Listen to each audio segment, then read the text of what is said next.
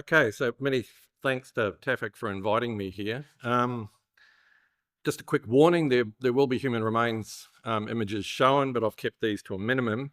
And I'm also going to be talking about a range of perhaps unpleasant topics, various diseases, their symptoms, and also other issues surrounding infant mortality. So now's the time to flee the room if you need to.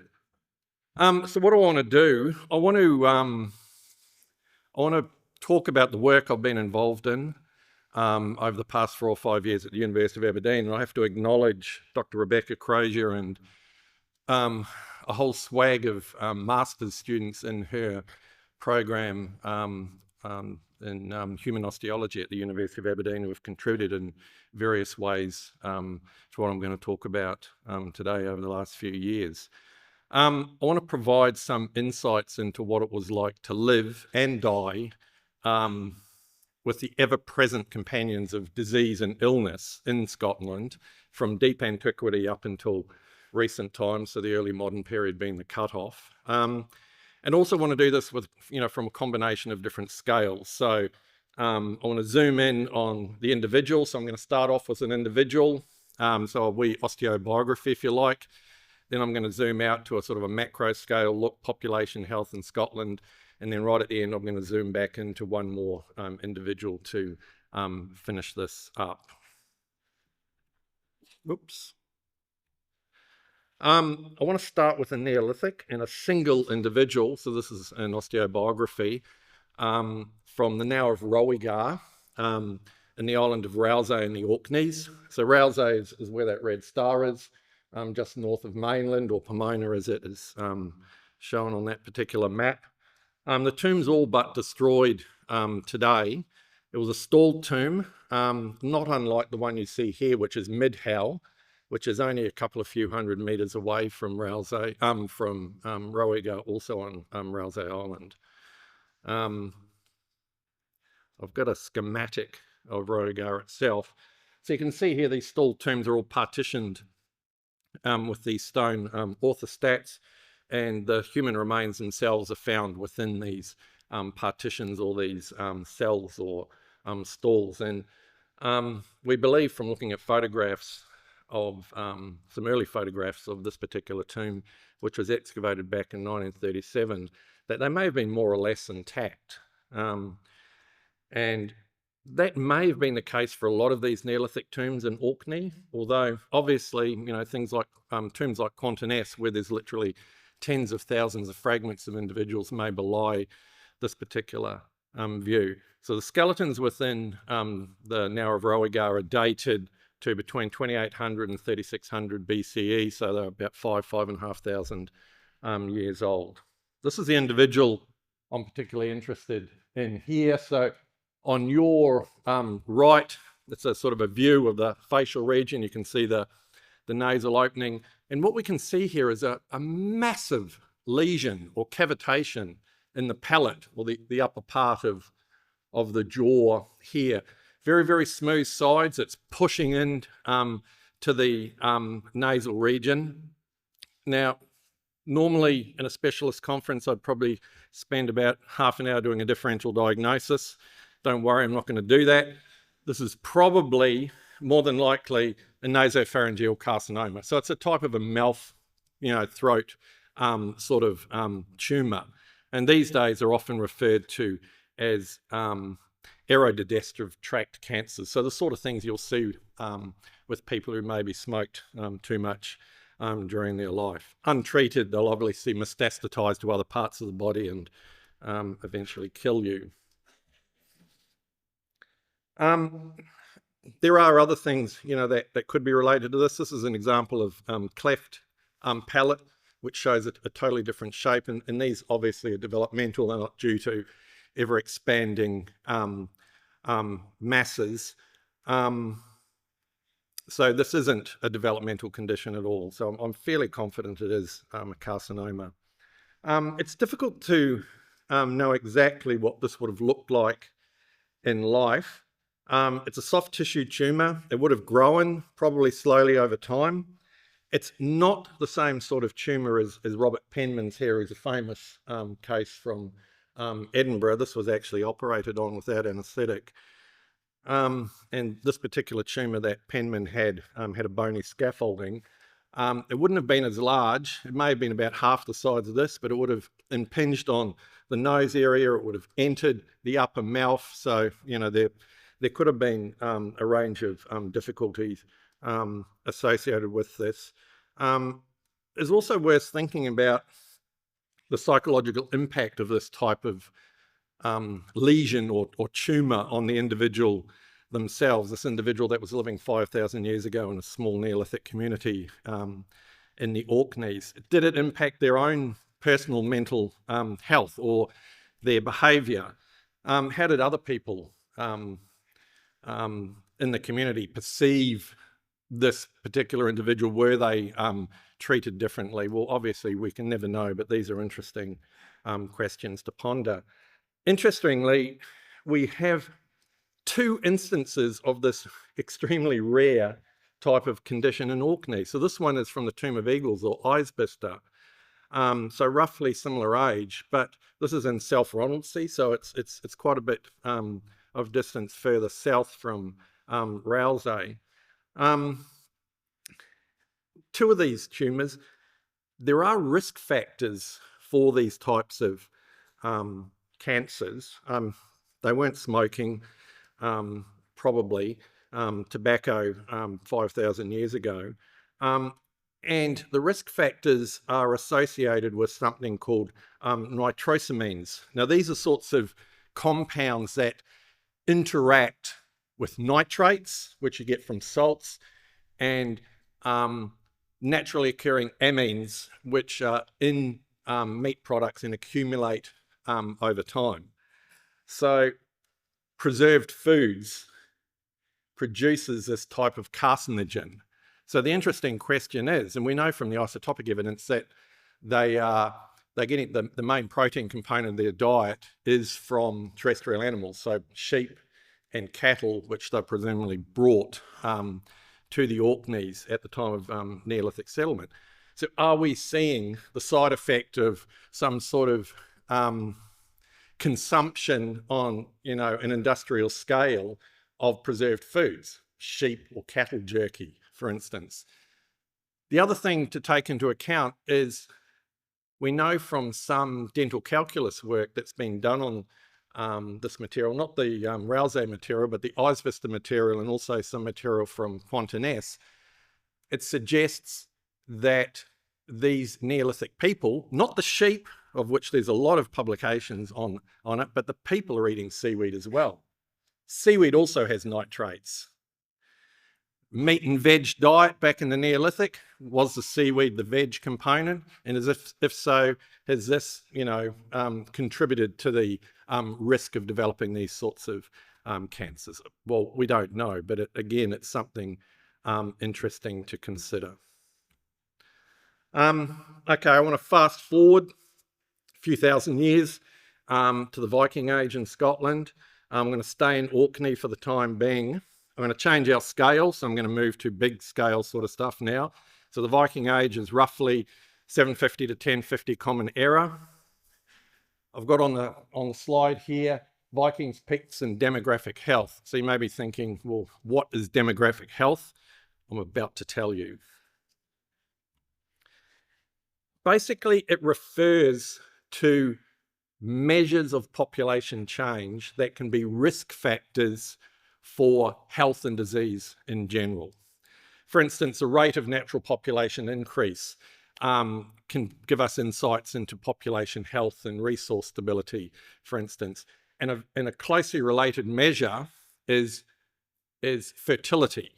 And fertility is simply the average number of births an average woman would give in a particular community over her lifespan, okay? Stability or replacement is 2. So you'd have to have 2 kids for replacement.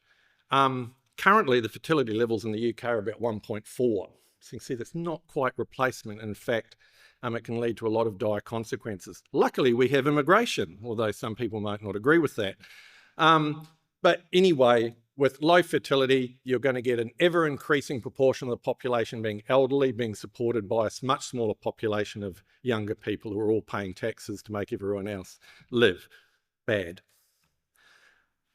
In this particular study, we looked at a proxy for fertility based on archaeological cemetery samples. And in particular, I mean, this isn't what I'm going to talk about in this talk today, but we were very interested in whether fertility in homeland Viking populations was the same as fertility levels in colonizing populations. We would have assumed it would have been greater in colonizing populations.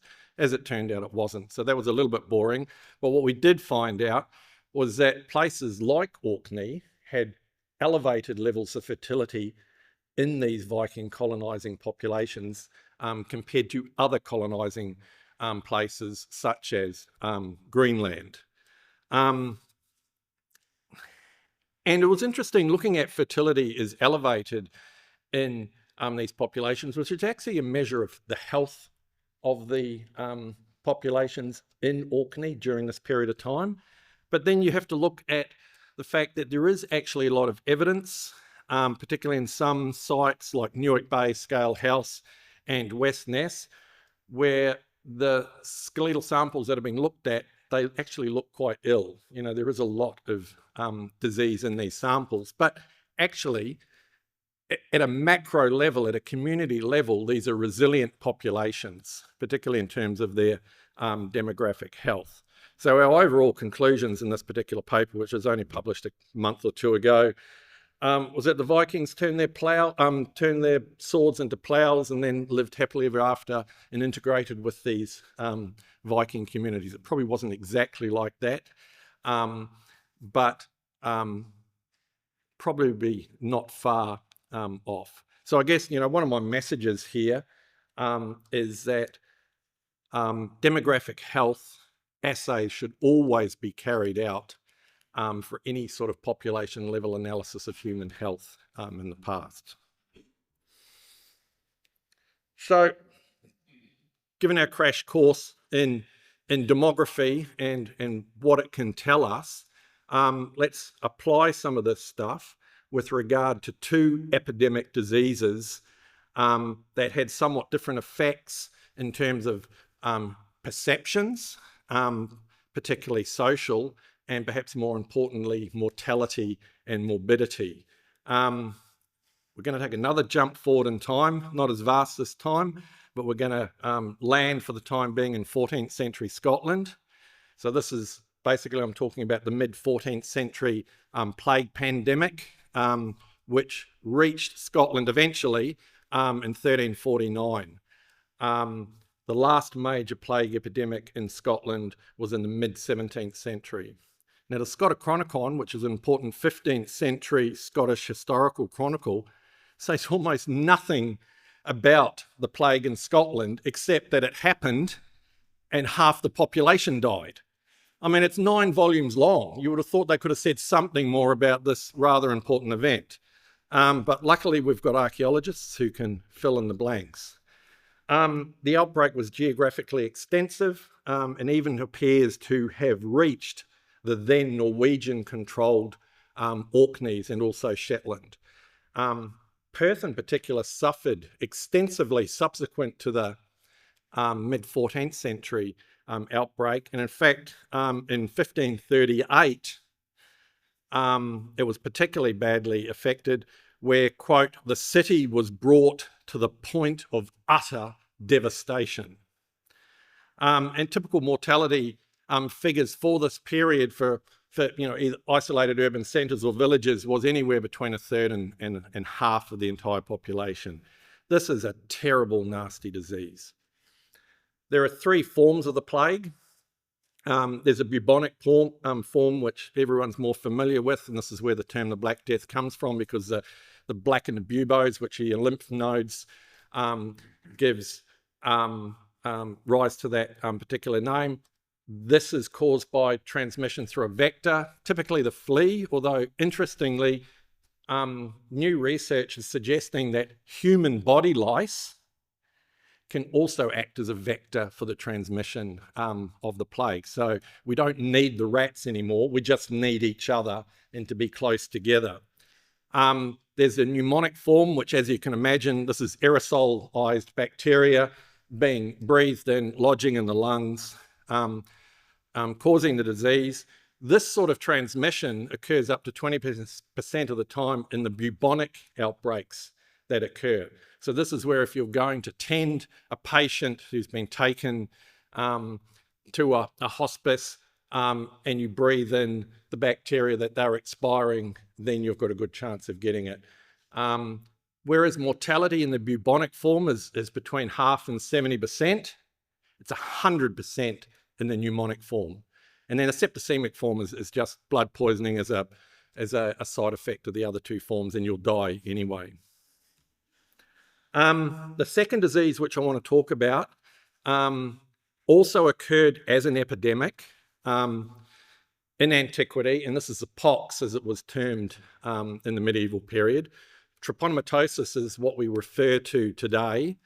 It's caused by the bacterium Treponema pallidum, and it's clinically differentiated into 4 forms. There's pentaeures, begial, which is endemic syphilis, and then there's sexually transmitted syphilis, which is the one I want to talk about today.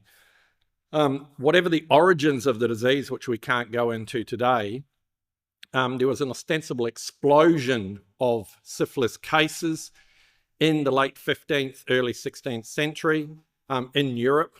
This has been well documented.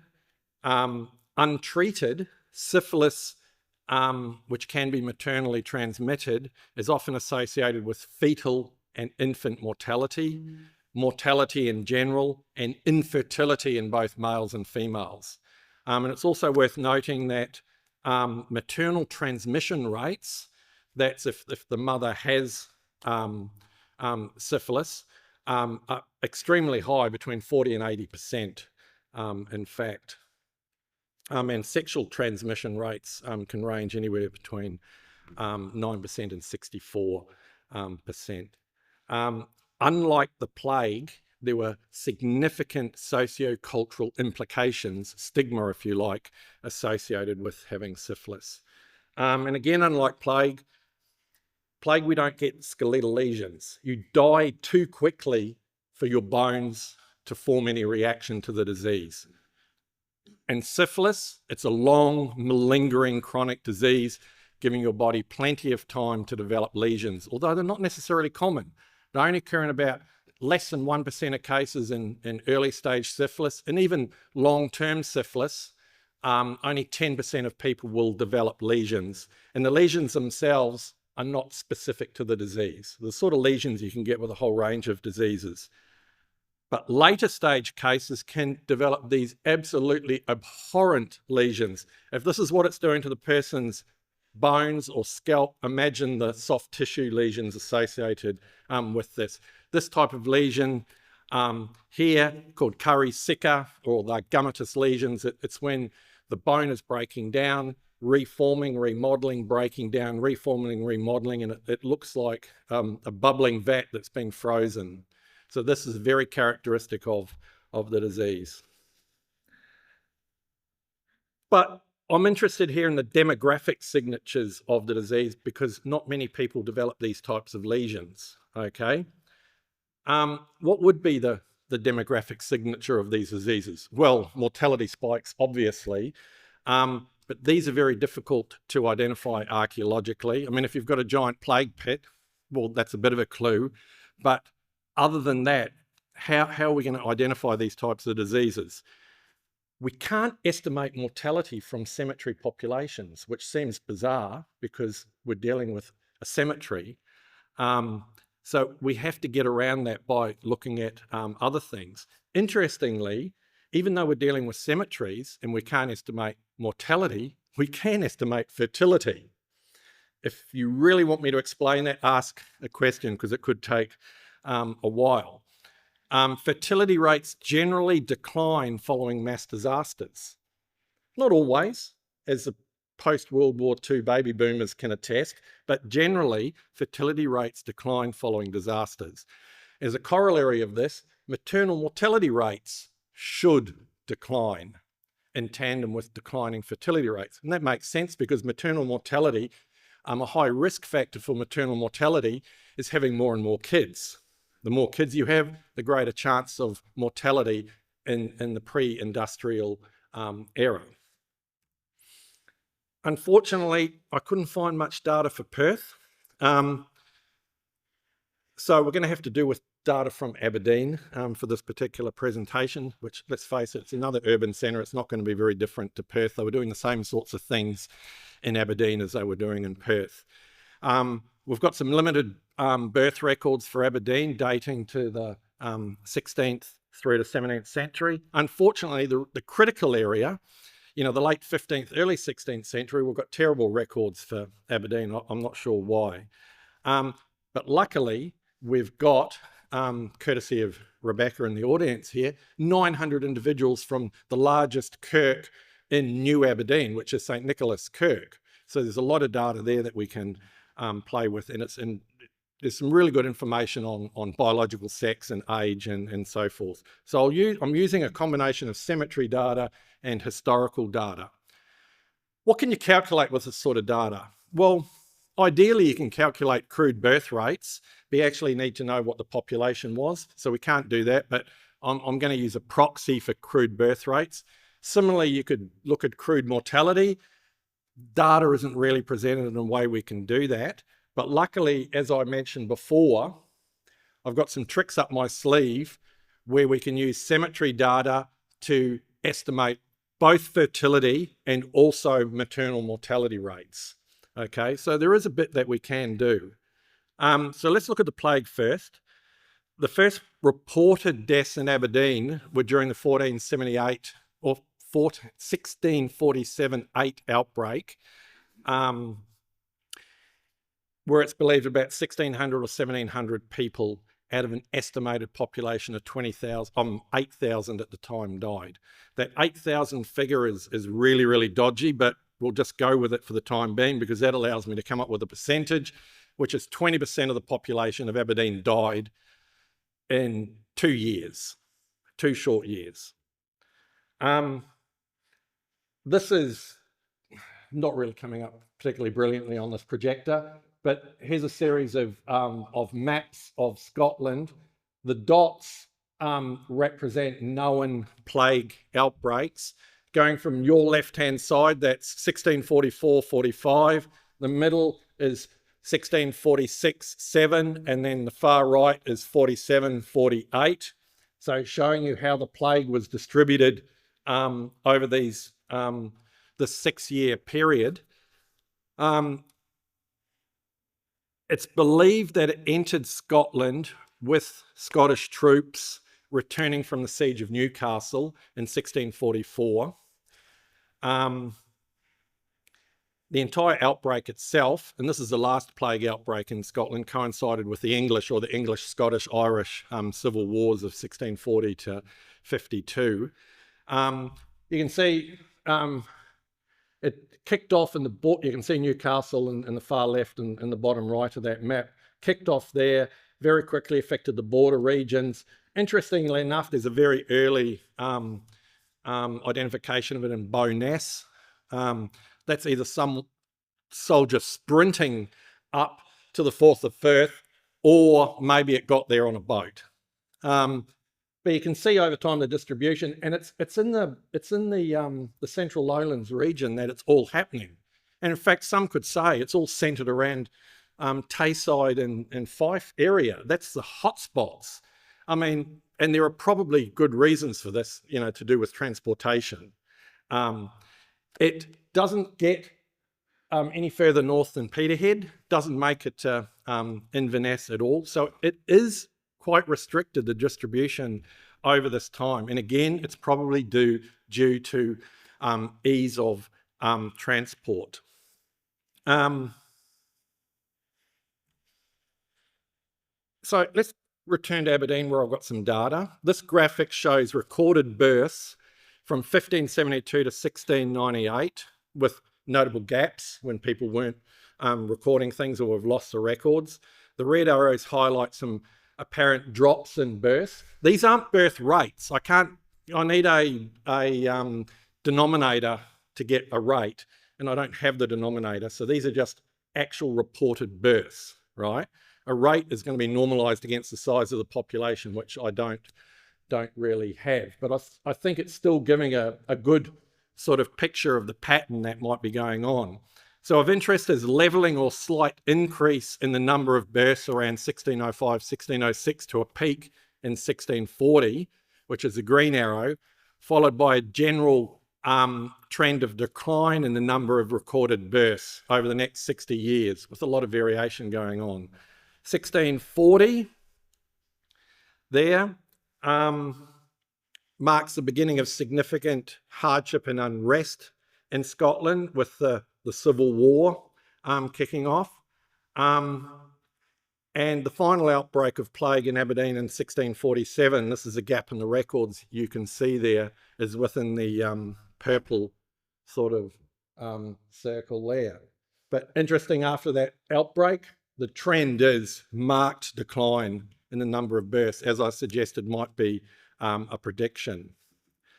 And so the 1680s through 1695 saw various regional famines, with the Great Scottish Famine between 1695 and 1700, all consistent with declining number of recorded births in the far right of this graphic.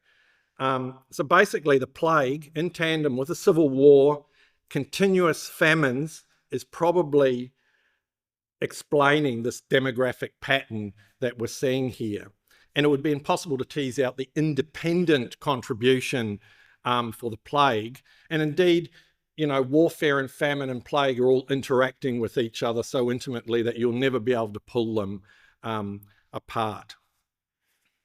But it is interesting to see that we do appear to have a significant demographic pattern associated with the plague epidemic, which was also associated with a whole bunch of other disasters going on in Scotland at the time. Okay, let's look at syphilis, which is a bit more complicated. Regarding the potential demographic signatures of syphilis, or the syphilis epidemic, we know that fetal and infant morbidity and mortality is much higher with mothers infected with the disease. So with reference to the syphilis epidemic in 16th century Europe, there'd be an expectation of increased fetal and infant mortality and infertility in females, and also males for that matter. And significant infertility should be associated with a decline in the fertility rates. And as noted previously, we should see a decline in maternal mortality as well, because not as many, women aren't giving birth to as many children. Further, in a syphilis epidemic with depressed fertility, one would also expect an even greater mortality risk of the very, very young, because they would be at higher risk of having congenital syphilis, so syphilis passed on by their mothers. So let's have a look at what we see. So the first outbreak of syphilis recorded was in Italy in February 1495, during the battles of Charles VIII of France. 500 Scottish mercenaries were involved in these battles. They returned home, some of them with unknown souvenirs. The disease spread rapidly throughout Europe and was present in Scotland by late 1497. Interestingly, on the 21st of April, I love history, on the 21st of April 1497, Aberdeen officials enacted legislation to stop or try and stop its entry into Aberdeen. Of course, this had nothing to do with the soldiers.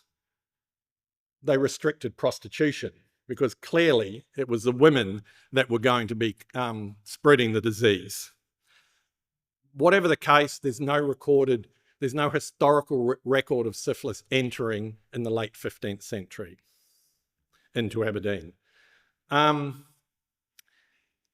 Unfortunately, we can't demonstrate that syphilis was in Aberdeen at this particular time, but my team has identified, through using techniques of ancient DNA, the actual pathogen that causes syphilis in human remains in the St. Nicholas Kirk sample but this is dated to the 17th century. So we're working hard to try and see if we can't get some 16th century cases. By the 17th century, there was a lot of syphilis going on in Aberdeen, mostly in the middle upper class male cohort for some reason. But, in terms of any demographic clues as to the presence of syphilis in epidemic proportions, there seems to be a decline in fertility over time. So these bars here, from the high to the late to the early modern, that shows a decline in fertility. So in the high medieval period, your average woman was having 7 kids. By the early modern, it was only 5. Okay, so there is a decline in fertility. Also,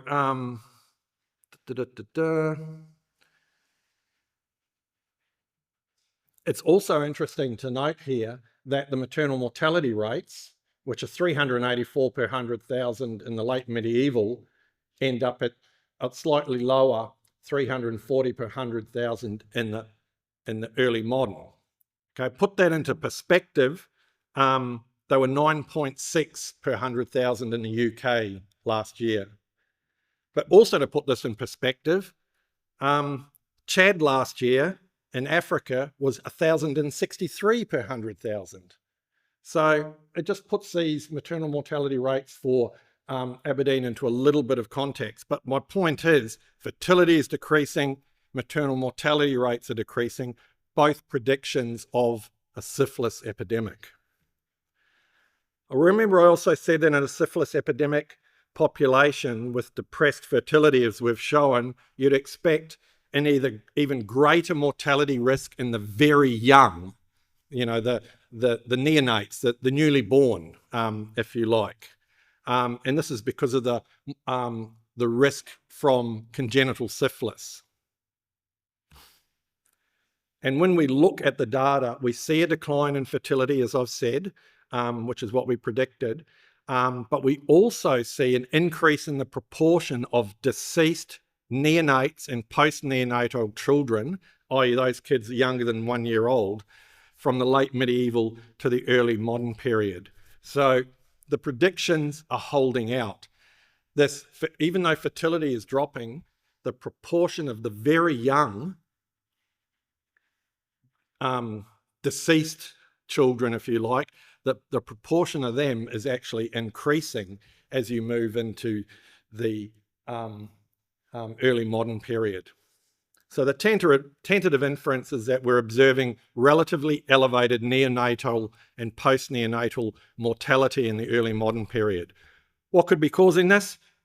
Probably any number of things, but including an increased proportion of mothers with syphilis. So before finishing up, I've just got one more case study. So I started off with, you know, a wee osteobiography of that Neolithic bloke with a mouth cancer. We looked at some broad picture stuff and plague and syphilis. Now I want to take it down to another disease that can be epidemic and actually was in Scotland.